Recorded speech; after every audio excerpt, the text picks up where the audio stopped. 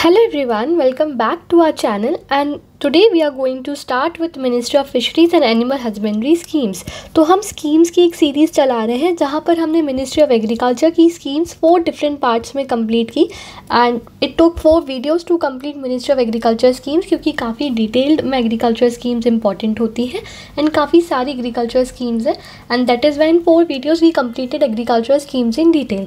Now in next class we also completed Ministry of Rural Development schemes जहाँ पर हमने प्रधानमंत्री ग्राम सड़क योजना, आवास योजना, MG नरेगा जैसी इंपॉर्टेंट स्कीम्स को कवर किया। Now we are starting with Ministry of Fisheries and Animal Husbandry schemes। उसके बाद we will start with ministry of finance scheme और ऐसे करके हम फिर जो इम्पॉर्टेंट मिनिस्ट्रीज़ हैं उनकी जो कुछ इम्पॉर्टेंट स्कीम्स हैं वो उठाकर सारी इम्पॉर्टेंट स्कीम्स को हम कवर करेंगे। So today we are going to start with Ministry of Fisheries and Animal Husbandry schemes. Now what schemes we are going to cover in today's class? For fisheries it is Pradhan Mantri Matsya Sampada Yojana, then Pradhan Mantri Matsya Kisan Samriddhi Sah Yojana, that is a central sector component of Pradhan Mantri Matsya Sampada Yojana only. Then Fisheries and Aquaculture Infrastructure Development Fund, उसके बाद Blue Revolution and then National Fisheries Development Board। इन सारी चीज़ों के बारे में आज हम पढ़ने वाले हैं। With respect to Animal Husbandry, Rashtriya Gokul mission, national livelihood livestock mission, the national programme for dairy development, ये जो 3 स्कीम्स हैं वो आई अटैच अ लिंक क्योंकि ये हमने सेपरेटली हमारे चैनल पे ऑलरेडी कवर की हुई है एंड काफ़ी डिटेल में कवर की हुई है। So I would want you to watch those lectures इन स्कीम्स के लिए। तो इन तीनों स्कीम्स के लिए I am attaching link to for you to watch those lectures. उसके बाद जो स्कीम्स रह जाती है एनिमल हस्बेंड्री की दैट विल कवर टुडे इस livestock health and disease control programme, animal husbandry infrastructure development fund, national digital livestock mission and Kisan credit card for animal husbandry and fisheries. तो ये सारी स्कीम्स को आज हम डिटेल में cover करने वाले हैं in today's class. So without wasting any time let us start with the session. Also I would like you to tell you just this thing that you can join a Telegram channel for more updates and also you can ask any doubt in the comment section or in the telegram discussion channel. Please like, share and comment too for more such videos. Now let us start with fisheries sector. So let us start with fisheries sector achievement. So some India's fisheries sector achievement, यानी सबसे पहले हम कुछ data से start करते हैं हमारा जो आज का टॉपिक है। सो फिशरीज़ में हम 3rd लार्जेस्ट फिश प्रोड्यूसर हैं globally, 2nd largest aquaculture producer in the world, 4th largest exporter of fish and fisheries products. अगर सी फूड एक्सपोर्ट्स की बात करें तो इन 21-22 आर एक्सपोर्ट्स व $7,759 million which were record high exports of sea foods. तो ये कुछ बेसिक जानकारी है फिशरीज़ के बारे में before starting with fisheries scheme. So mainly you have to remember कि हम 2nd largest aquaculture, 3rd largest fish producer and 4th largest in exports of fish and fisheries products. With this data let us now start with very important scheme for today that is Pradhan Mantri मत्स्य संपदा योजना। सो प्रधानमंत्री मत्स्य संपदा Yojana was launched 2020 में 10 सितंबर 2020। सो आपको याद रखना है when was it launch, it was launch in 2020। The duration was 2020-21 to 24-25। Implementing agency और ministries department of fisheries under ministry of fisheries animal husbandry and dairying. Now outlay you have to remember it is one of the largest ever investment in fisheries sector. It is 20,050 crore rupees and all states and UTs are covered. So आपको याद रखना है outlays 20,050 crore rupees, department is department of fisheries, duration is 2020-21 to 24-25 and it was launch in 2020। Now blue revolution to Pradhan Mantri मत्स्य संपदा योजना, यानी कि कुछ timeline है। अगर वैसे हम ये सारी टाइमलाइन को क्लास में ऑलरेडी कवर करेंगे बट एक बार हम देखते हैं कि 2015 में क्या हुआ।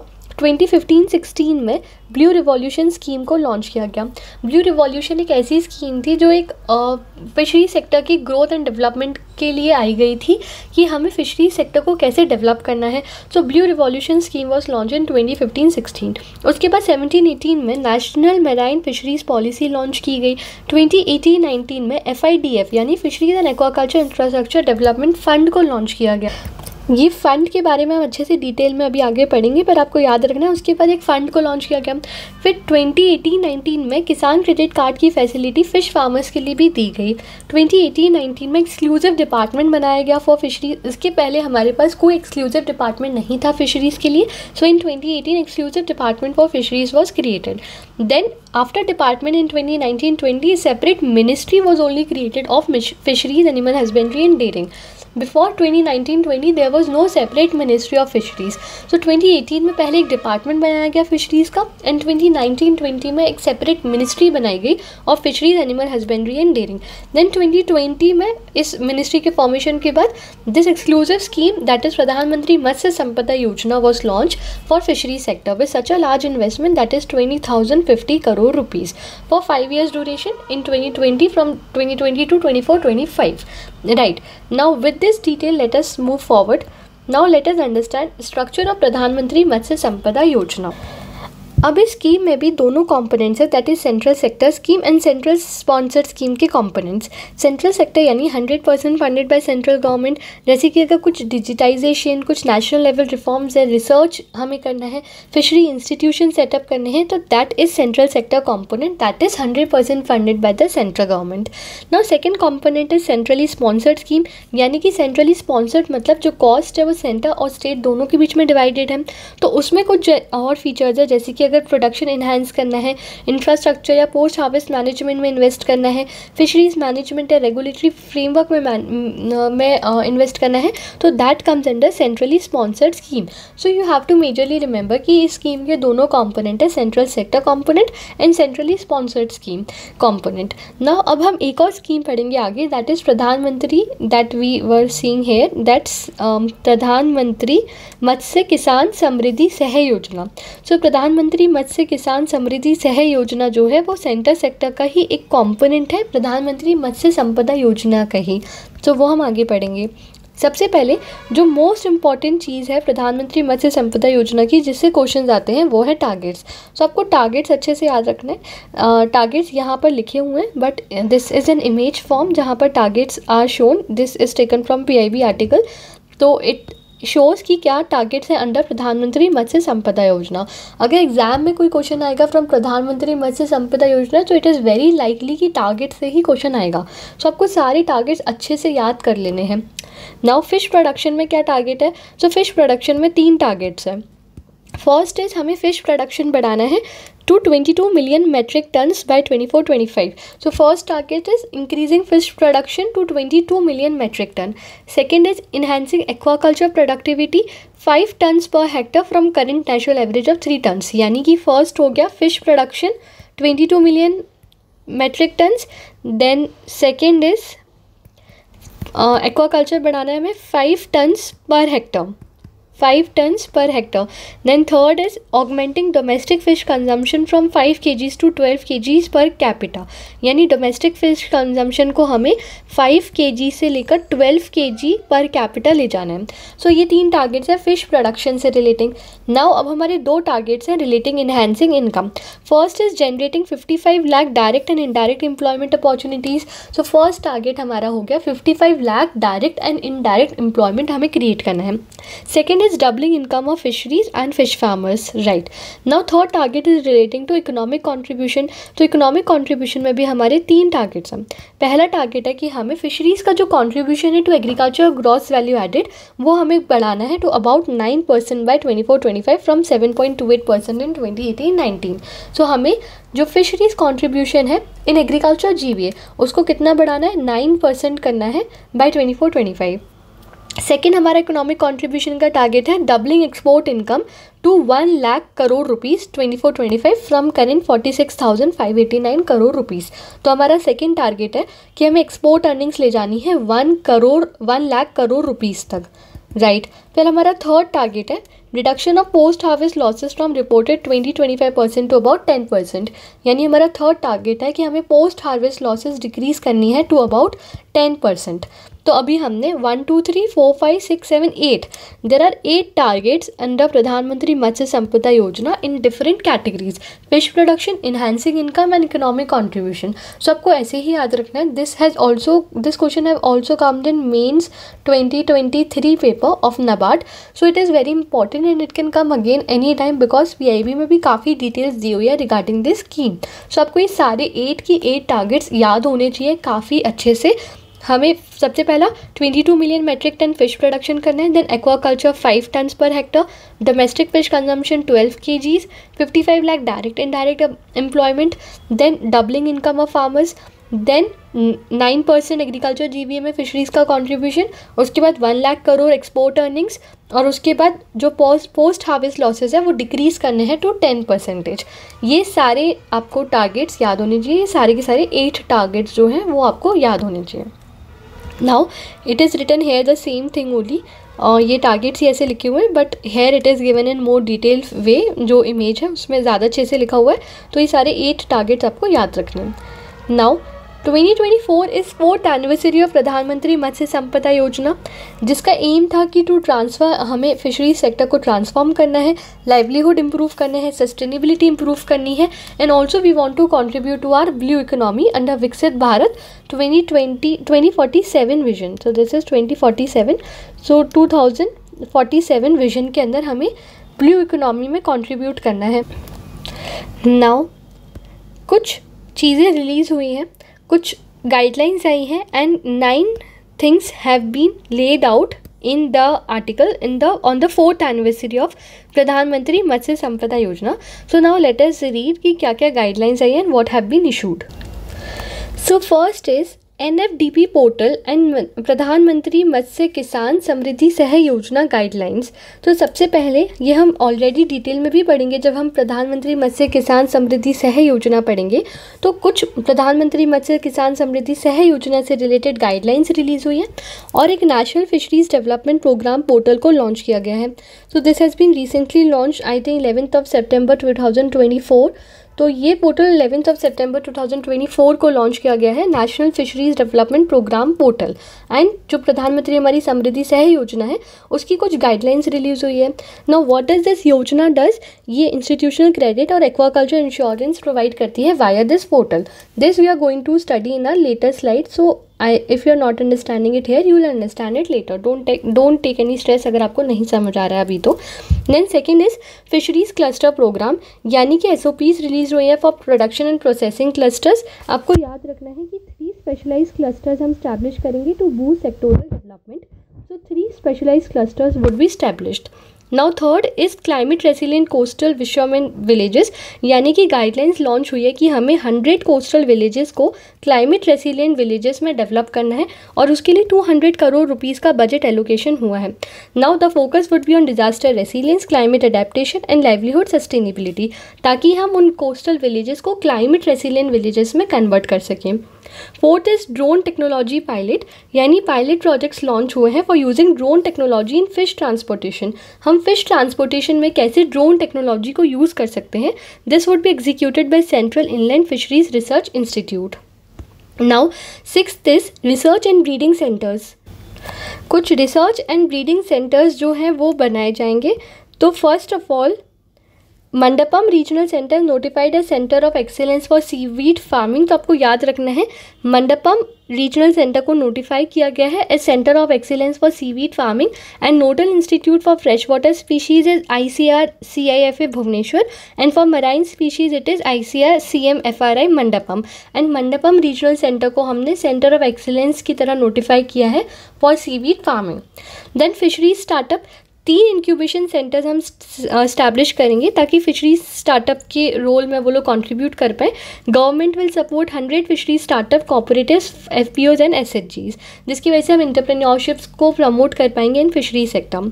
7th is promotion of indigenous species. So booklets are release on promotion and conservation of indigenous fish species, and out of 36 states 22 have adopted और डिक्लेयर द स्टेट फिश। तो काफ़ी सारे स्टेट्स जो है अपनी स्टेट फिश भी declare कर रहे हैं, and we are promoting indigenous species.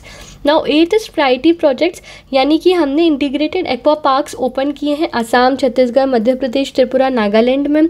World class fish markets हम बना रहे हैं जैसे Arunachal Pradesh, Assam.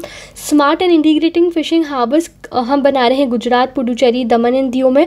800 hectares develop for सेलाइन aquaculture and integrated fish farming in multiple states. तो ये गाइडलाइंस इशू हुई हैं। Now last is vessel communication system. तो हमने हाईलाइट किया है, लाइक प्रधानमंत्री मोदी ने हाईलाइट किया है कि vessel communication and support system जो है that is playing a very very crucial role in fishery sector and installation of 1 lakh transponders for fisherman safety tracking and communication at sea. यानी हम 1 लाख ट्रांसपोंडर्स को इंस्टॉल करेंगे for fisherman safety tracking हम कर सकें और सी से हमारा कम्युनिकेशन ना छूटे, तो 1 लाख ट्रांसपोंडर्स को इंस्टॉल किया जाएगा सो ताकि वेसल से कम्युनिकेशन होता रहे, सो वेसल कम्युनिकेशन सिस्टम। तो ये सारी गाइडलाइंस जो है वो रिलीज़ हुई हैं on the 4th anniversary of Pradhan Mantri मत्स्य संपदा योजना in 2024। Now let us see insurance coverage of fisherman under Pradhan Mantri मत्स्य संपदा योजना। So accidental insurance coverage is also there and entire premium is borne by center and states, यानी कोई fisherman का contribution नहीं होता है। The age limit is 18 to 70 years. 5 lakh rupees would be given in case of death or permanent disability, 2.5 lakh rupees in case of partial disability and 25,000 rupees in case of hospitalization expenses due to accident। तो आपको ये सब याद रखना है, 5 lakh, 2.5 lakh and 25,000। Also there is insurance for fishing vessels. तो partial loss या total loss को कवर किया है ड्यू टू नेचुरल कैलेमिटीज़ और accidental risk. Premium rate is 2% plus GST of sum insured. So 2% plus GST of sum insured is our premium rate of insurance of fishing vessels, right. Now Pradhan Mantri मत्स्य संपदा योजना has dedicated focus on upgrading fishing harbors, landing centers and allied infrastructure with emphasis on sustainability, technology and climate resilience. This we have already studied. इसके objective भी हमने समझ लिए हैं कि हमें मॉडर्नाइज करना है फिशरीज़ का infrastructure in line with international standard. इसलिए हमने 20,050 करोड़ रुपीज़ की एक्सटेंसिवली एक स्कीम को लॉन्च किया है। इसके की फीचर्स हैं कि यहाँ पे स्मार्ट सिस्टम भी हम इंस्टॉल करेंगे ताकि डिजिटल मॉनिटरिंग हो, ऑटोमेटेड ऑक्शन हॉल्स हो, कोल्ड चेन फैसिलिटीज़ हो, इको कंपोनेंट्स हो जैसे solar power, waste water treatment, renewable energy use, then climate resilient design हो जैसे कि storm surge protection, disaster management system, then hygiene का भी ध्यान रखा जाएगा, certification system would be there, fishers welfare, better working conditions, fishers amenities and training centres would be established. Now हमने already पढ़ा कि 3 मेजर हार्बर्स को अप्रूव कर दिया है। So as of July 2025 3 major harbours are approved. Vanakbara in Diu, Karaikal in Puducherry, Jakhau in Gujarat with estimated cost of 369 crore rupees. Funding pattern is same, 60:40 for center state and 90:10 in case of union territories and 100% in case of center, मतलब in case of union territory and 90:10 in case of northeastern states and 60:40 in case of general states. तो आपको याद रखना है कि 3 major harbours को approve किया गया है as of July 2025, Vanakbara, Karaikal and Jakhau.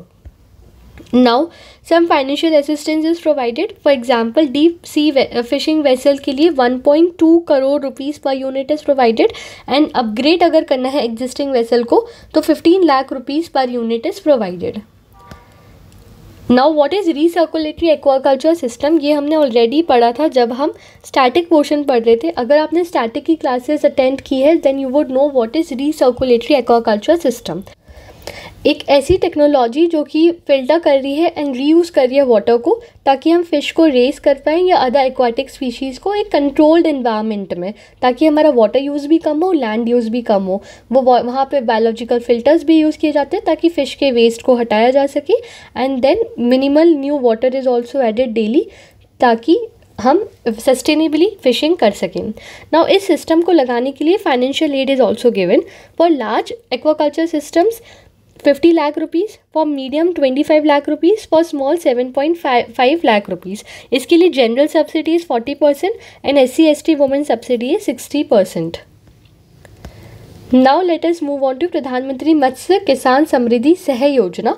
सो ये जो है वो 2024 में ही अप्रूव हुई है. So it's a latest recent scheme, very important for us and it is a central sector सब स्कीम अंडर प्रधानमंत्री मत्स्य संपदा योजना. यानी ये प्रधानमंत्री मत्स्य संपदा योजना का ही एक सेंट्रल सेक्टर का सब स्कीम का कॉम्पोनेंट है, दैट इज़ प्रधानमंत्री मत्स्य किसान समृद्धि सह योजना. 2024 में अप्रूव हुई है। Duration is 4 years 23-24 to 26-27। सबको याद रखना है कि ड्यूरेशन 5 years नहीं है, it is just 4 years 23-24 to 26-27। Total outlay 6,000 crore rupees, जिसको दो पार्ट्स में डिवाइड किया है। 3,000 crore rupees are being received from World Bank and French Agency for Development, and 3,000 rupees would be private and beneficiary money. So as if 6,000 crores is divided, all states and union territories are covered. Implementation ministry is Ministry of Fisheries, Animal Husbandry and Dairying.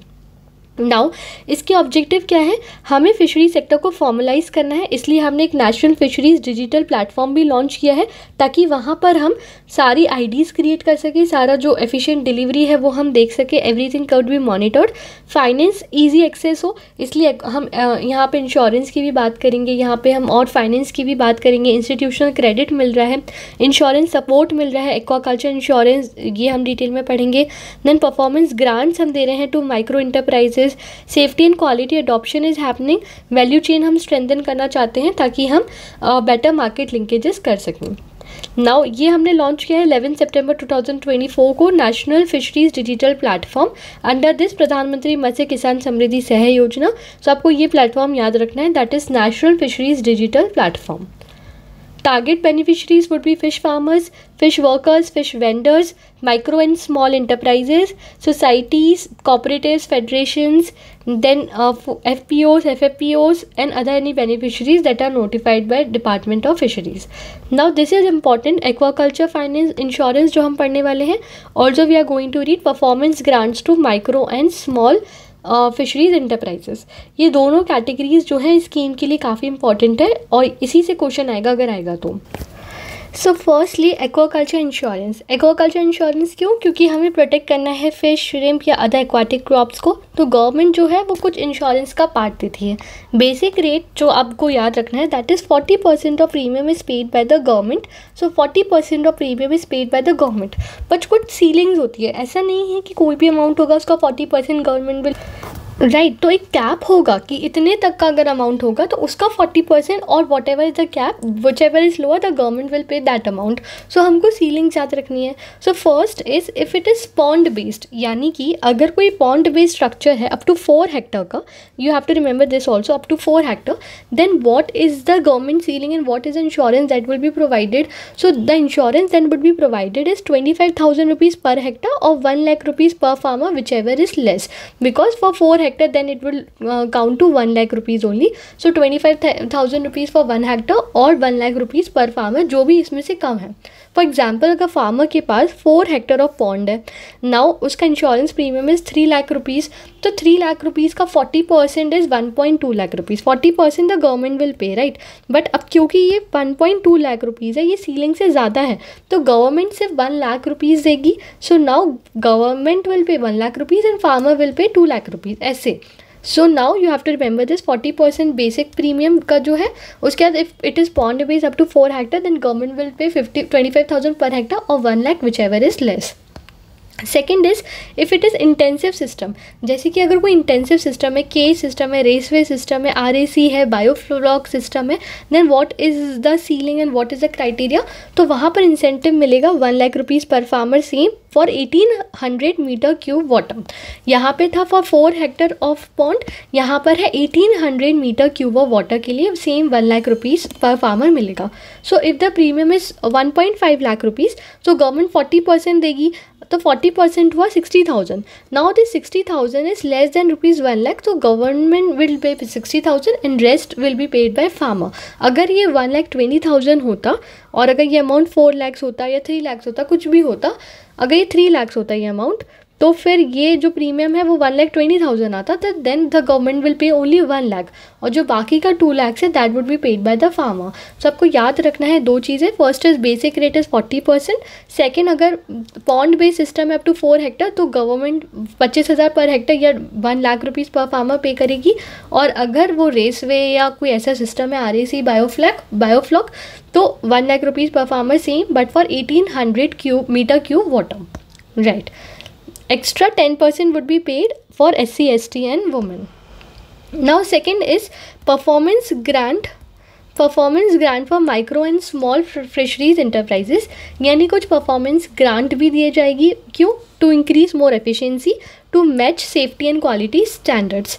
Now सबसे पहले micro, small and village level organisation is self help group या food processing organisation, ये 3 enterprises हैं। Now general category के लिए कुछ grants दिए जाएंगे एंड SC/ST वुमेन कैटेगरी के लिए थोड़ा ज़्यादा यानी 10% ज़्यादा और ग्रांट्स दिए जाएंगे। तो जो भी हम जनरल कैटेगरी के ग्रांट देंगे उसमें हम 10% और बढ़ा लेंगे।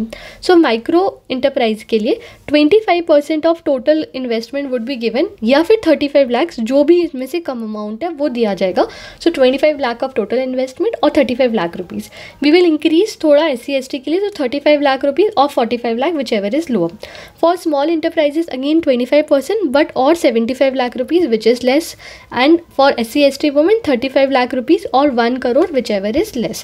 For village level organizations, self help group and food processing organizations, farmer producer organizations, तो उसके लिए जनरल कैटेगरी में 35% would be given या फिर 2 crore whichever is less. So ये पूरे components हैं for providing grants for micro, small and village level enterprises. तो आपको ये grants के स्ट्रक्चर जो है वो याद रखना है। 25% और 35 लाख, 35% और 45 लाख, देन 25% और 75 लाख, अगेन 35% और 1 करोड़, एंड देन 35% और 2 करोड़। तो ऐसे आप याद रख सकते हैं, it would be easy for you to remember. Now next topic that we are starting is fisheries and aquaculture infrastructure development fund. So in short, it is called as FIDF fund, and I'll address it for the rest of the session. It is FIDF fund. तो FIDF fund is very important for you to know, क्योंकि ये recently इसको extend कर दिया गया है इस scheme को from 2023 to 2026. So FIDF fund was created with outlay of around 7,522 crore rupees, and initially it was from 2018 to 22, यानी it was launched in the year 2018-19, but 2023 में इसको extend कर दिया गया to 2026. So now this is up to 31st of March 2026, the FIDF fund. Now what are aims and objectives of this fund and who are the target beneficiaries or eligible entities under this fund?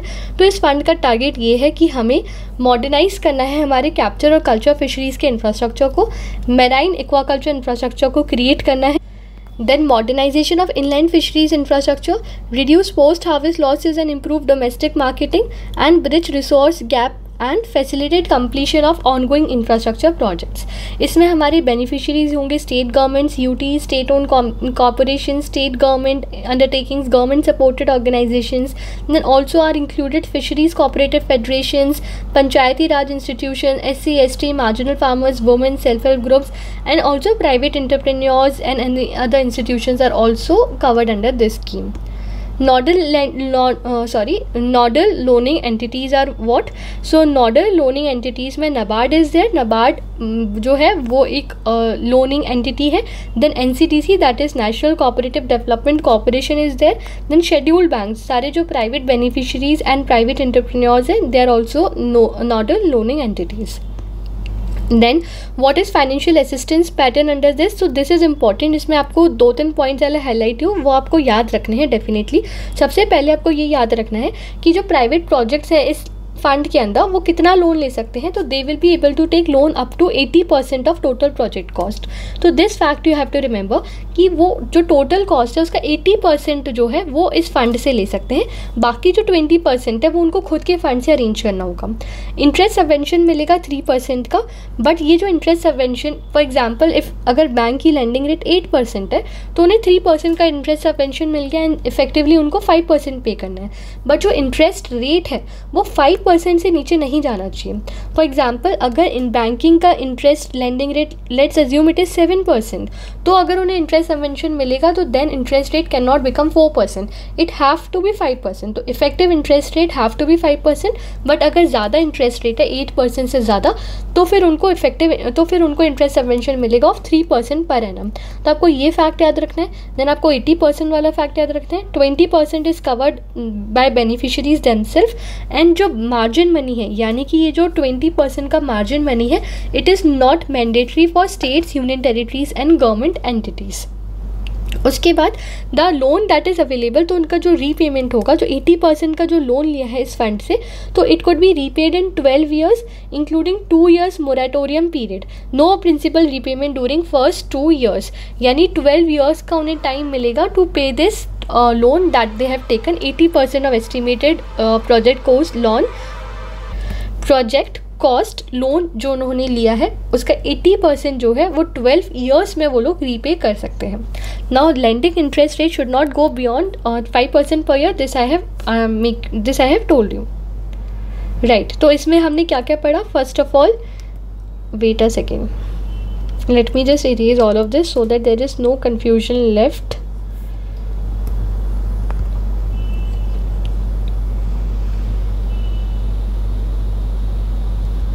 Yes, तो सबसे पहले इसमें याद रखना है कि 80% of project cost could be taken, 20% beneficiaries contribute करेंगे, 3% interest subvention होगा but it can not fall down to 5%, beneficiaries will contribute 20%, this margin money is not mandatory for state, union territories and government entities, then 12 years they will get, and lending interest rate should not go beyond 5% per year. So I hope you are understanding what I am teaching you. Now let's move on to blue revolution. So blue revolution में हम कुछ नहीं पढ़ेंगे, blue revolution में सिर्फ हम ये पढ़ेंगे that it is relating to fish production, productivity, क्योंकि द मिशन केम ताकि हम फिश प्रोडक्शन एंड प्रोडक्टिविटी को इंक्रीज कर सकें, and it came in the year 2015-16 under centrally sponsored scheme.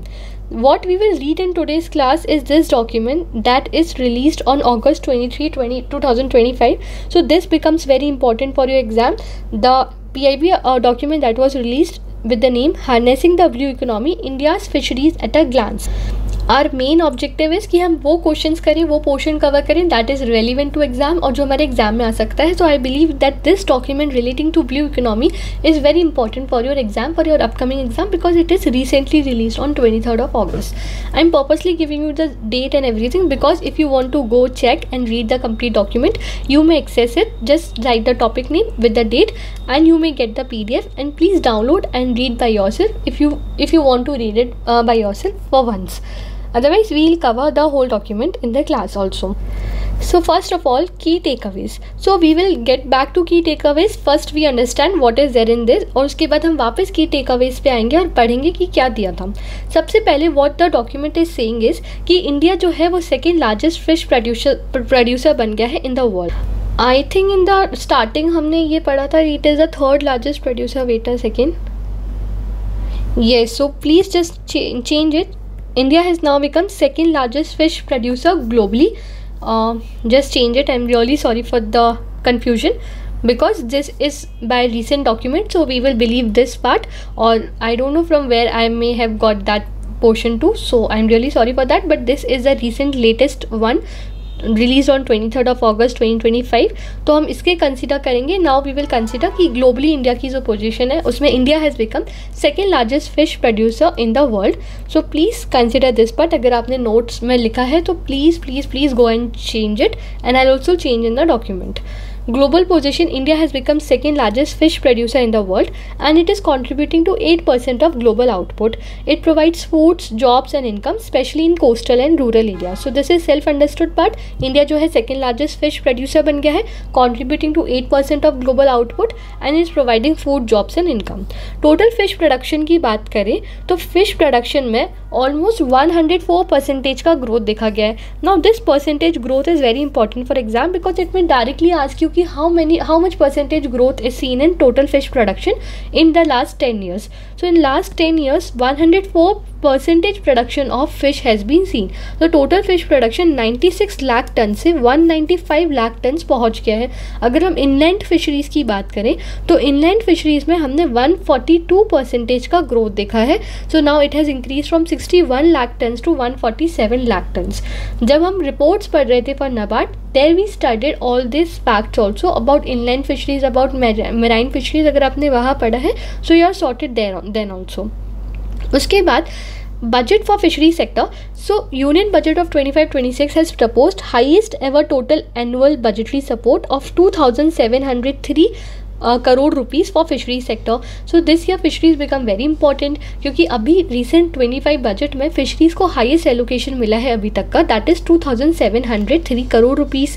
The budget has increased by 3.3% from 2025 budget. तो 24-25 budget से 3.3% का budget allocation बढ़ा है, and now the budgetary allocation is 2703 crore rupees. Some international collaboration is also done by India. In March 2025, Department of Fisheries has signed a technical cooperation program with FAO to strengthen blue ports in India. So if MCQ comes, कि Department of Fisheries has signed technical cooperation program with which organization? So the right answer would be FAO, Food Agriculture Organization. You have to remember this part because it is very important. कि technical cooperation program किस organization के साथ sign किया है Department of Fisheries ने? So that is Food Agriculture Organization. Then in May 2025, a joint workshop was also held with French Development Bank to promote the concept of eco-fishing ports. So आपको ये भी याद रखना है कि French Development Bank के साथ joint workshop हुई थी ताकि हम eco-fishing ports को प्रमोट कर पाएँ. So ये दोनों facts are very important for you to remember. Right? I hope आपको ये समझ आया हो. Now let's get back to key takeaways. So first key takeaway is that fish production has grown by 104% from 96 lakh tons to 195 lakh tons. This we already understood. Inland fisheries has expanded by 142% from 61 lakh tons to 147 lakh tons. Okay, we get it. Then as of 22 July 2025, Department has approved fisheries development projects worth 21,274 crore rupees under Pradhan Mantri Matsya Sampada Yojana. Meaning as of July 22, मतलब इस समय तक 2020 में ये scheme launch हुई थी with outlay of 20,550 crore rupees, और department ने अभी तक fisheries development project 21,274 crore rupees के अप्रूव ऑलरेडी कर दिए हैं. Then, as of April 2025, 11.84 crore has already been sanctioned under Pradhan Mantri Matsya Kisan Samriddhi Sahay Yojana. As of August 2025, more than 26 lakh stakeholders, including fisheries, micro enterprises, fish farmer producer organization and private companies, have registered on National Fisheries Digital Platform. तो इस platform के बारे में मैंने आपको अभी बताया था. It was launched on 11th of September 2024. So it is a recent platform जो कि लॉन्च हुआ है ताकि ये सारी एंटिटीज़ जो हैं, स्टेक होल्डर्स जो हैं, वो इस पर रजिस्टर कर सकें. तो आपको याद रखना है national fisheries digital platform. Then as of July 2025, Department of Fisheries have supported infrastructure projects worth this much rupees. Okay. Then as of June 2025, 4.76 Kisan credit cards have been issued with total disbursement of 3,214 crore rupees. Now this is more mains friendly facts जो कि mains के answer writing में use किए जा सकते हैं, but ये prelims friendly facts हैं जो कि एग्जाम में पूछे जा सकते हैं. So you have to remember this part. Right, I hope you are getting this all. Now let us move to National Fisheries Development Board. हमने FIDF फंड समझ लिया, हमने अभी एक डिजिटल प्लेटफॉर्म जो लॉन्च हुआ है वो समझ लिया. Now we are moving to National Fisheries Development Board and it was launched in 2006. Headquarter is in Hyderabad, Telangana. Administrative ministry is Ministry of Fisheries, Animal Husbandry and Dairying, and legal status is that it is an autonomous organization under Societies Registration Act of 1860. सो आपको इतनी information पता होनी चाहिए that 2006 में establish हुआ था. Headquarters are in Hyderabad, Telangana, and legal status is that it is an autonomous organisation under societies registration act of 1860. Now objectives are very easy. I would really want you to pause the video and just have a look by yourself. There is nothing much to explain here. Let's move on to animal husbandry and dairy sector. These three schemes, Rashtriya Gokul Mission, Rashtriya Gokul Mission, National Livestock Mission and National Program for Dairy Development has been separately covered in videos. The link to those videos I'll attach in the description of this video. So please उस links पर जाइए and separately in videos को, इन schemes को cover कर लीजिए because उन schemes का detailed description उन वीडियोस में आपको मिल जाएगा. In this class we will see about livestock health and disease control programme, animal husbandry infrastructure development fund, national digital livestock mission and Kisan credit card. So let's start with national livestock health and disease control program. Now this is very very important because इसकी अभी 2024 में ही restructuring हुई है scheme की and some new components have been added. So इसलिए this becomes very important for us to study for this year exam. Livestock health and disease control program. Now obviously it is implemented by Department of Animal Husbandry and Ministry of Fisheries. Now इसका objective क्या है और ये है क्या, ये किस बारे में है. सो आपको स्कीम का नाम पढ़ के समझ आ जाता है कि कभी कभी कि हम किस बारे में पढ़ने वाले हैं. Now this is relating to health and disease.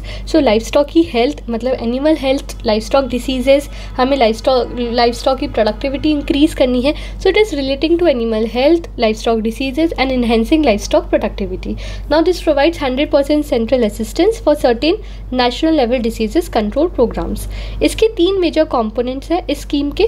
Livestock national and livestock health and disease control programme के 3 कंपोनेंट्स हैं.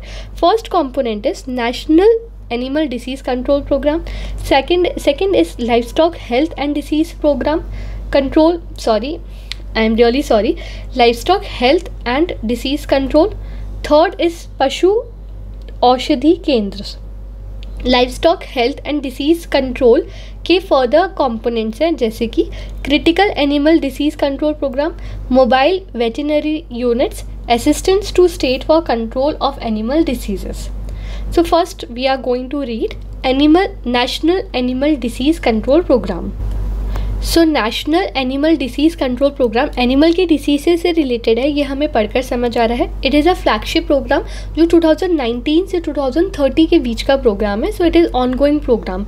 नाउ आर फोकस इज़ कि हमें जो डिसीजेज़ है जैसे फुट एंड माउथ डिसीजेज़ जो कैटल, बफेलो, शीप्स को अफेक्ट करता है. देन बोवाइन ब्रुसेलोसिस जो बैक्टीरियल जूनोटिक डिसीजेज़ है जिसकी वजह से अबॉर्शंस, इनफर्टिलिटी, मिल्क लॉस ये सब होता है. तो हम चाहते हैं कि हम इन डिसीजेज़ को एलिमिनेट करें, right. So please understand foot and mouth diseases, then bovine brucellosis diseases. also understand that foot and mouth diseases is caused by virus, so it is a viral disease, and brucellosis is a bacterial disease. तो आपको याद रखना है brucellosis is a bacterial disease and foot and mouth is a viral disease. Now हमारी approach ऐसी है कि we want to do mass vaccination, ear tagging and ICT monitoring so that we can control all these diseases by 2025 and our aim is to eradicate these diseases by 2030. So we want to control it by 2025 and eradicate by 2030. 100% centrally funded diseases, 100% centrally funded programs. The coverage is we are covering 500 million livestock for foot and mouth disease. All female bovine calves of 4 to 8 months for brucellosis is being covered. So इस सारी female bovine calves जो कि 4 to 8 months की है उन्हें हमने cover किया है under brucellosis program, under brucellosis coverage of schemes of this disease elimination. Now second component is livestock health and disease control. तो ये जो है वो एक सेंट्रली स्पॉन्सर्ड स्कीम का कॉम्पोनेंट है. यहाँ पर हम चाहते हैं कि हम प्रिवेंट करें, कंट्रोल करें एंड इरेडिकेट करें सारे इकोनॉमिकली इंपॉर्टेंट एनिमल डिसीजेस. इसके कुछ सब कॉम्पोनेंट्स हैं जिसमें फर्स्ट है assistance to state for control of animal diseases, यानी हम स्टेट्स को इकोनॉमिकली हम उनको असिस्टेंस देंगे ताकि पोल्ट्री एंड लाइवस्टॉक डिसीजेस को कंट्रोल किया जा सके.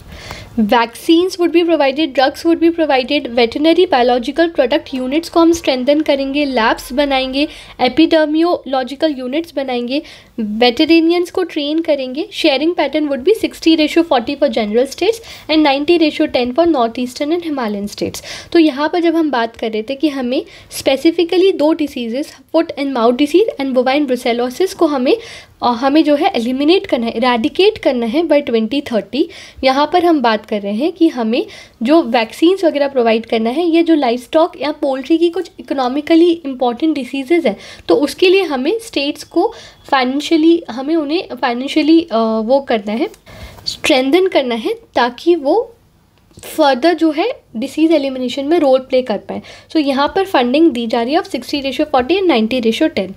Second is assistance to state for control of peste des petits ruminants. So it is called as PPR. PPR is also called as goat plague. तो यानी गोट का प्लेग है जो हाईली कंटेजियस डिसीज है in sheeps and goats. Now this program will provide vaccination, diagnostic facilities and monitoring support, and हमारा aim है कि हम PPR को भी इरेडिकेट कर पाएँ बाय 2030। उसके बाद classical swine fever control programme. तो क्लासिकल स्वाइन फीवर जो होता है वो पिग्स को अफेक्ट करता है, यहाँ पर गोट्स के अफेक्ट करने के लिए हम गोट के प्लेग की बात कर रहे थे। So vaccination and disease surveillances are supported, important for piggery sector in north east India. So this is classical swine fever control program. यहाँ पे हम PPR की बात कर रहे हैं, यानी कि गोट प्लेग की बात कर रहे हैं, यहाँ पे हम वैक्सीन्स की बात कर रहे हैं, और यहाँ पे स्पेसिफिकली हम बात कर रहे हैं foot and mouth disease and bovine brucellosis की। Right, now the third component is newly added. So this is a new part जो 2024 में ऐड हुआ है, दैट इज पशु औषधि। तो पशु औषधि के लिए बजट बनाया गया है 75 crore rupees. The aim would be कि हम जेनेरिक वेटरनरी मेडिसिन को अफोर्डेबल प्राइजेस पे सप्लाई कर सकें through PM Kisan Samriddhi Kendra and cooperative societies. Incentive provided for medicine sales to ensure wide reach. Now this was in news. The Union Cabinet chaired by PM Narendra Modi has approved the revision of this scheme. Total outlay is 3,880 crore rupees for 24-25 and 25-26. Objective is कि हम ये जो major livestock diseases हैं और health care delivery है उसको improve कर सके एंड वेटनरी मेडिसिन को अफोर्डेबल बना सके. सो औषधि के लिए हमने 75 करोड़ रुपीज़ का बजट अनाउंस किया है. Right, now our second important topic to be covered is Animal Husbandry Infrastructure Development Fund. So it was launched in 2020 under आत्मनिर्भर भारत अभियान. हमारा इसमें ऑब्जेक्टिव है कि हम प्राइवेट इन्वेस्टमेंट को बूस्ट करें in animal husbandry infrastructure, value addition and processing. Focus is on dairy, meat, animal feed sectors to create modern infrastructure and supply chains. हमारा इसमें total corpus size, you have to remember, it is very important, it is 15,000 crore fund to be implemented over 2020-21 to 24-25. Now इस scheme को हमने 24 में extend कर दिया है, realign कर दिया है. Now our total outlay 29,610 crore और इसको हमने अप्रूव कर दिया है 1 फरवरी 2024 में. In it has been extended 3 years from 23 to 25-26. यानी कि क्या हुआ है, हमने 15,000 रुपीज़ के कॉर्पस, 15,000 करोड़ ऑब्वियसली, इसके कॉर्पस से हमने फंड बनाया था 2020 में फॉर 4 years, 5 years. बट 2023 में इसको हमने 26 तक के लिए एक्सटेंड कर दिया एंड नाउ इसका कॉर्पस भी हमने बढ़ा दिया. So now the total outlay 29,610 crore rupees, just double. So 29,610 crore rupees. इसमें फाइनेंशियल असिस्टेंस मिलता है up to 90% of project cost.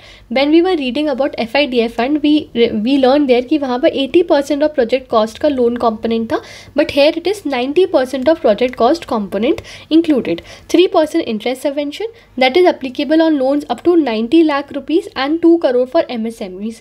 यानी 3% इंटरेस्ट सबवेंशन तो है, बट ये कितने लोन तक के लिए है? So that is up to 90 lakh rupees loan if individuals are taking and 2 crore rupees loan if MSMEs are taking. Credit guarantee fund is also there of 750 crore rupees and collateral free loans up to 2 crore are available for eligible borrowers. Now what changes have been made in 2024? So सबसे पहले outlay has increased from 15,000 to 29,610. Then dairy infrastructure development fund is also subsumed under this fund only. तो अब इसके अंदर भी interest subvention 3% हो गया है, पहले 2.5% हुआ करता था. Now all dairy cooperatives will avail benefits under animal husbandry infrastructure development fund and now benefits became better क्योंकि पहले 2.5% interest subvention था, but अब 3% interest subvention होगा. Now what are the benefits that are realigned under this fund? Interest subvention मिलेगा 3% का up to 8 years. Eligible beneficiaries would be FPOs, MSMEs, private, etc. Then credit guarantee cover is there up to 25% of term loan. There is no ceiling on loan amount and loan up to 90% of project cost is covered. Now let's move on to National Digital Livestock Mission. So it is launched by Ministry of Department of Animal Husbandry and Ministry of Electronics. It is part of Digital India Initiative and it is nothing but ये digital backbone की तरह काम करेगा for India's livestock sector. इसका कुछ objective नहीं है, just that कि हमको डिजिटाइज करना है पूरा लाइवस्टॉक इकोसिस्टम ताकि हमारे पास एक सेंट्रलाइज लाइवस्टॉक का डेटाबेस इकट्ठा हो जाए to enable traceability of livestock, to provide easy access to veterinary, breeding, insurance and market services.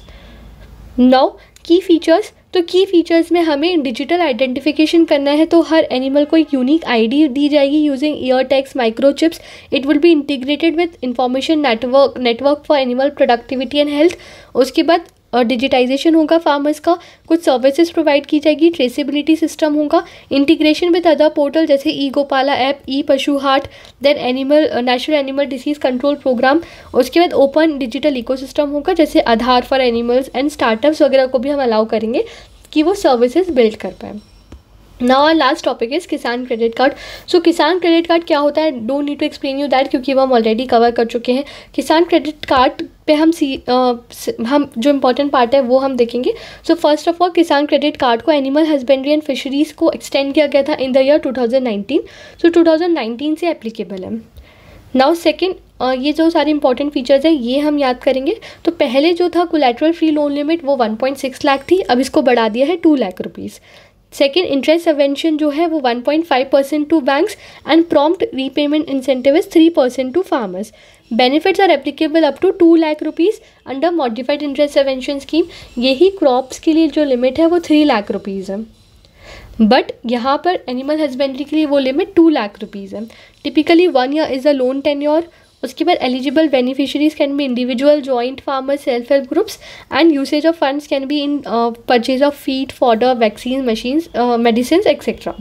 तो ये सारी फैक्ट्स आपको याद रखने हैं जो हम किसान क्रेडिट कार्ड में ऑलरेडी कवर कर चुके हैं बहुत डिटेल में, और वहाँ पर भी हमने कवर किया था कि एनिमल हस्बेंड्री के लिए 2 लाख रुपीज़ की लिमिट है. So that's it for the day. I hope you liked the class. I hope you enjoyed the session and I hope you understood everything related to animal husbandry. और आपको एक ही जगह organise format में सारी चीज़ें मिल गई हैं. If you did like, please like, share and comment. Also, we are going to start next with Ministry of Finance. That would be very important for your ESI section. And now we will more focus on ESI section because Ministry of Agriculture, Rural Development and Fisheries Animal Husbandry is already covered. Now we will move on to Ministry of MSME, Heavy Industries, Finance. All those ministries we will cover. That is important for ESI section. Please stay tuned for these videos. Join our Telegram channel and thank you for watching.